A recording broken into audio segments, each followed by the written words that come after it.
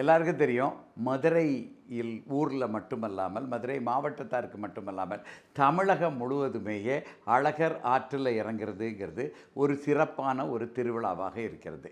அது உணர்வு கூடுவான ஒரு திருவிழாவாக இருக்கிறது. அதில் அழகர் எந்த பட்டு கட்டிட்டு இறங்குறார், ஆற்றில் இறங்குறார் உட்பட எல்லாமே அது நுட்பமாக பார்க்கப்பட வேண்டிய ஒன்றாக இருக்கிறது. இதோட வரலாறு எடுத்து பார்த்தோம் என்றால், மீனாட்சி அம்மன் இருக்கிறார்கள். அவங்க மதுரையில் அரசியாக பிறக்கிறார். அதற்கு பிறகு சுந்தரேசரை திருமணம் செய்து கொள்கிறார். அவர்களுடைய திருமணம் இங்கே தான் மதுரையில் தான் நடக்கிறது, பொண்ணு வீட்டில் தான் நடந்து அதற்கு பிறகு சுந்தரேச பெருமானும் மீனாட்சி அம்மனும் அரசாட்சியை நடத்தி கொண்டிருக்கிறார்கள்.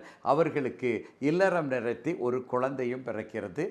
உக்கிர பெருவழுதி என்கிற உக்கிரசேனன் பிறக்கிறார். அவர்களுக்கு அடுத்த பட்டமும் கட்டி அடுத்த அரசனாக்கிவிட்டு வர்ற வரைக்கும் திருவிளையாடல் புராணம் விளக்கமாக சொல்கிறது.